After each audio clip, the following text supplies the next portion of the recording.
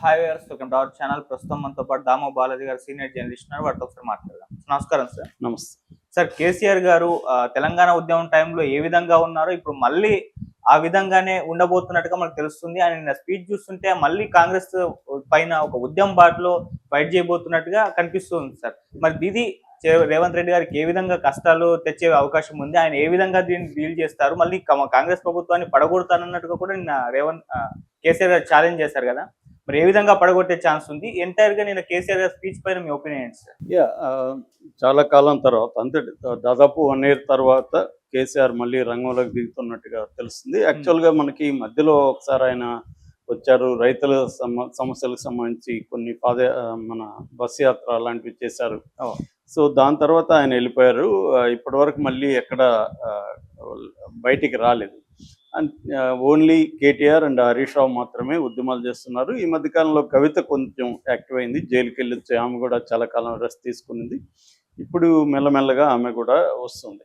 ఈ ఈ నేపథ్యంలో ఏంటంటే 2 రకాల వాదనలు వినిపిస్తున్నాయి. ఒకటేమంటే కేటీఆర్ని కానీ లేకపోతే హరీష్ రావుని కానీ, ముఖ్యంగా కేటీఆర్ని అరెస్ట్ చేస్తే అప్పుడు ఆ సందర్భంలో తను బయటకు వస్తే బాగుంటుందని. అంటే కేసీఆర్ ఏం చేస్తున్నాడు అంటే రైట్ మూమెంట్ కోసం వెయిట్ చేస్తున్నాడు బయటికి రాకుండా. అంటే మనం వెళ్ళాలంటే ఒక రైట్ మూమెంట్ క్రియేట్ అవ్వాలి. మనం సైలెంట్గా ఉంటే రేవంత్ రెడ్డి ప్రభుత్వానికి వ్యతిరేకంగా ప్రజల్లో ఒక వ్యతిరేకత వస్తుంది. అప్పుడు వెళ్తే మంచిది. ముందే వెళ్తే ఏమవుతుందంటే ప్రిమెచ్యూర్గా అయిపోతుంది. మనం వెళ్ళినా కూడా మన శ్రమ అంతా వేస్ట్ అవుతుంది. జనాల్లో కూడా నెగిటివిటీ రావచ్చు. అందుకని రైట్ మూమెంట్ కోసం వెయిట్ చేద్దాం మనం. ఇప్పుడే ఏమొద్దు అని తను మీరు చేస్తూ ఉండండి అని తను ఆగినట్టుగా తెలుస్తుంది. సో తను ఒక పక్క వ్యవసాయం చేసుకుంటూ తను అధ్యయనం చేస్తూ అనేక వ్యూహాల్ని పన్నుతూ ఉన్నట్టుగా తెలుస్తుంది. రెండోది ఏంటంటే ఆయనకి కవితది పెద్ద దెబ్బ తగిలింది. కవిత అని అరెస్ట్ చేసి 5 నెలలు జైల్లో పెట్టినా తెలంగాణ సమాజంలో ఎక్కడ కదలిక లేదు, కనీసం సానుభూతి కూడా రాలేదు. సో దీనివల్ల మనం కొంత వెయిట్ చేద్దాం, మన మీద సింపతి రావాలన్నా రేవంత్ రెడ్డి ప్రభుత్వం పట్ల వ్యతిరేకత రావాలన్నా టైం పడుతుంది. ఆ టైం చూసి మనం వెళ్దాం అనేది కేసీఆర్ వ్యూహం అనమాట. ఆయన అదేదో అంటారు కదా, నా మౌనం కాదు గోడకు వేలాడుతున్న తుపాకీని. అలాగా ఆయన మౌనంగా ఉన్నాడంటే దాని వెనుక ఒక స్కెచ్ అయితే ఉంది. సో ఎందుకంటే కేసీఆర్ అంటేనే వ్యూహకర్తగా మనకి అందరికీ బాగా తెలుసు. సో ఆయన వ్యూహాలు వేయడం రాజకీయాల్లో ఏంటంటే టైమింగ్ వెరీ ఇంపార్టెంట్. ఏ టైం చూసి బుద్ధిమల్లికి దిగాలి, ఏ టైంలో మౌనంగా ఉండాలి, ఇవన్నీ ఆయనకి ఒక క్లారిటీతోనే ఆయన వెళ్తున్నారు. దాని మీద ఎన్ని విమర్శలు వచ్చినా ఆయన ఎక్కడ మాట్లాడలేదు. అయితే నిన్న ఏం జరిగిందంటే సిద్దిపేట జిల్లాకు సంబంధించి ఎర్రవల్లి గెస్ట్ హౌస్లో ఆయన ఉంటారు, ఫామ్ హౌస్లో.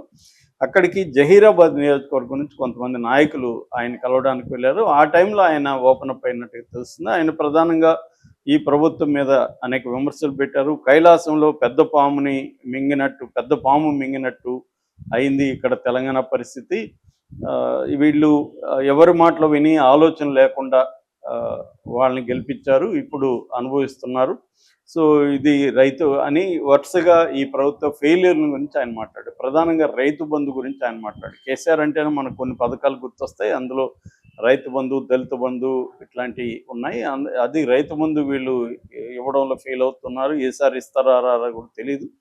అట్లాగే కరెంటు కోతలు పెరిగాయి. ఎందుకంటే కేసీఆర్ ఉన్నంతకాలం కరెంటు కోతలు లేవు. నిజానికి లాస్ట్ సీఎంగా ఉన్న ఉమ్మడి రాష్ట్రానికి కిరణ్ కుమార్ రెడ్డి ఇదే చెప్పాడు, తెలంగాణ అంధకారం అయిపోతుందని చెప్పాడు. ఆయన చెప్పిన దాంట్లో కూడా వాస్తవం ఉంది. ఎందుకంటే ప్రొడక్షన్ అంతా కూడా ప్రధానంగా మనకి ఆంధ్రాలో ఉండేది, ఇక్కడ డిస్ట్రిబ్యూషన్ ఉండేది. ఆంధ్ర విడిపోయినాక ఇక్కడ ప్రొడక్షన్ ఉండదు కాబట్టి ఆయన అలా చెప్పాడు.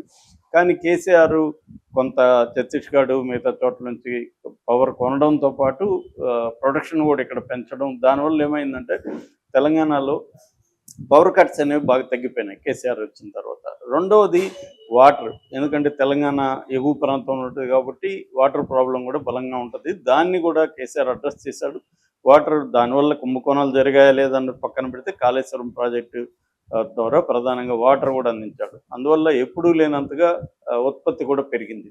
సో ఇది ఇప్పుడు ఆయన అడ్రస్ చేస్తున్నాడు. ఈ కాంగ్రెస్ గవర్నమెంట్ వచ్చిన పవర్ కట్స్ ఉంటాయి, అది ముందుగా కూడా వాళ్ళు ఎలక్షన్ టైంలో కూడా చెప్పారు. కాకపోతే ఏంటంటే కాంగ్రెస్ 6 గ్యారంటీల ద్వారా విపరీతంగా సంక్షేమ పథకాలకు సంబంధించిన హామీలు ఇచ్చేసి రాగలిగారు.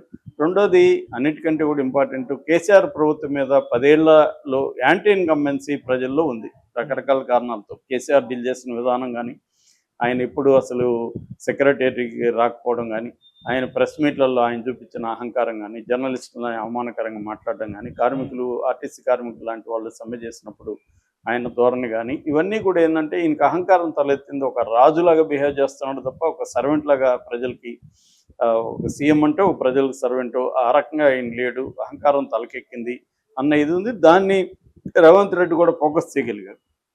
సో అహంకారానికి తెలంగాణ ఆత్మాభిమానికి మధ్య ఒక వార్ లాగా రేవంత్ రెడ్డి చూపించగలిగాడు.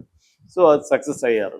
సో ఆ నేపథ్యంలో ఇప్పుడు ఖచ్చితంగా ఆల్రెడీ కర్ణాటకలో ఫెయిల్ అయింది కాంగ్రెస్ సంక్షేమ పథకాలను అమలు చేయడంలో, ఇక్కడ ఫెయిల్ అయింది.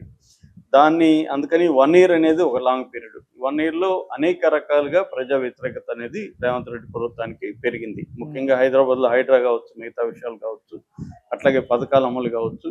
అట్లాగే ఈయన ఏదైతే రేవంత్ రెడ్డి కేసీఆర్ అహంకారానికి వ్యతిరేకంగా పోరాటం, అప్రజాస్వామిక ధోరణులకు వ్యతిరేకంగా అన్నాడు, ఇప్పుడు అదే అప్రజాస్వామిక ధోరణి బలంగా పెరిగాయి. ఇక్కడ కేసీఆర్ కుటుంబ పాలన అన్నాడు, ఇప్పుడు రేవంత్ రెడ్డి కుటుంబ పాలన పెరిగింది.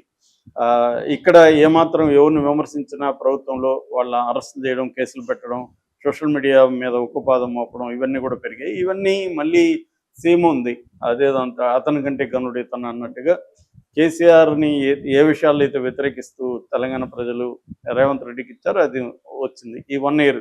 ఎందుకంటే డిసెంబర్కి 1 ఇయర్ అయిపోయింది కాబట్టి ఇప్పుడు కేసీఆర్ రంగంలోకి దిగే అవకాశం ఉంది. ఆయన నేను కొడితే గట్టిగా కొడతానని మహేష్ బాబు డైలాగ్ కూడా చెప్పినట్టుగా పేపర్లు అంతా రాస్తున్నాయి. సో అట్లాగే ఆయన ప్రధానంగా ఏంటంటే రైతుల సంబంధించి మాట్లాడాడు. సంగమేశ్వర, బసవేశ్వర ఎత్తిపోతల పథకాలకు సంబంధించి టెండర్లు ఎందుకు పిలవట్లేదు అనేది ఆయన ప్రశ్నించాడు. అట్లాగే రైతు బంధు వీటి గురించి చెప్పారు. అట్లాగే మంచినీటి కొరత గురించి చెప్పారు. అట్లాగే ఆయన ఉద్యోగులకు జీతాలు కూడా ఇంకొక 2-3 నెలలు కలిస్తే ఉద్యోగులకు జీతాలు కూడా రావు. ఆల్రెడీ ఉద్యోగాలకు సంబంధించి డిఏలు ఆగిపోయినాయి, తర్వాత పిఆర్సీకి దిక్కు లేదు, తర్వాత పాత పెన్షన్ విధానం ఇస్తా ఉన్నారు, అదేమీ పట్టించుకోవట్లేదు. సో తర్వాత కొత్త ఉద్యోగాలు ఇవ్వలేని పరిస్థితి ఉంది. ఉన్న రిటైర్డ్ అయితే డబ్బులు లేవు. అందుకని ఆల్రెడీ విశ్వవిద్యాలయాలకు సంబంధించి 60 నుంచి 65 ఏళ్ళకి రీసెంట్గానే రేవంత్ రెడ్డి ప్రభుత్వం నిర్ణయం తీసుకుంది. దీని పట్ల నిరుద్యోగుల్లో తీవ్ర ఆందోళన ఉన్నాయి. ఉద్యోగుల్లో కూడా 60 ఏళ్ళకి రిటైర్డ్ అయిపోతాం అనుకునే వాళ్ళకి మళ్ళీ ఇంకొక 5 ఏళ్ళు ఏంద్రా ఇది, మనం రిటైర్డ్ అయ్యి హాయిగా ఉన్నాం అనుకుంటే డబ్బులు లేకుండా, డబ్బులు లేదు కాబట్టి ఇదే చేస్తున్నారు. అక్కడ కూడా జగన్ అయినా అదే చేశాడు, చంద్రబాబు అయినా అదే చేశాడు. ఏజ్ పెంచుకుంటూ వెళ్తున్నారు, ఎందుకంటే రిటైర్డ్ అయితే డబ్బులు లేవు ఇవ్వడానికి. సో ఇదంతా ఏంటంటే ఒక బ్యాడ్ మోడల్ ఆఫ్ గవర్నెన్స్ అనేది ఎవాల్వ్ అయింది ఇండియాలో. అదేంటంటే విపరీతంగా సంక్షేమ పథకాలు అవసరం లేకపోయినా ప్రకటించేయడం, ఆ డబ్బులు రెవెన్యూ ఉండదు, రెవెన్యూ లేనప్పుడు రకరకాల పద్ధతుల్లో ప్రజల నుంచి ఇండైరెక్ట్గా లాగడం. ఫర్ ఎగ్జాంపుల్ వెహికల్స్ ఎక్కడ పెట్టినా వెహికల్స్ని ఫోటోలు తీసి పెట్టేసి 1000 రూపాయలు 2000 ఇష్టం వచ్చినట్టు లాగుతున్నారు. ఎందుకంటే డబ్బులు లాగాలి ప్రజల నుంచి, అంటే ఎడమ చేతి ఇచ్చి కుడి చేతుల్లో లాగడం అంటారు కదా, అలాంటి ఒక మెథడ్స్. దాని తర్వాత రోజువారీ గవర్నెన్స్లో కట్టు, శాలరీ సరిగ్గా ఇవ్వకపోవడం, ఈ కైండ్ ఆఫ్ ఒక బ్యాడ్ మోడల్లో ఇండియా ఇప్పుడు నడుస్తుంది. అందులో కాంగ్రెస్ మోడీని విమర్శిస్తున్నారు, కానీ వీళ్ళు అంతకంటే ఘోరమైన బ్యాడ్ మోడల్ని ఎవాల్వ్ చేశారు అధికారంలో ఒక ఫ్రస్ట్రేషన్ నుంచి. దాన్ని ఇప్పుడు కేసీఆర్ కరెక్ట్గా ఉపయోగించుకొని రంగంలో దిగే అవకాశం ఉంది. నిజంగా కేసీఆర్ గట్టి దెబ్బ కొట్టడానికి రెడీ అవుతున్నాడా, లేకపోతే తొట్టి మాటలేనా అనేది కూడా మనకు తేలాలి.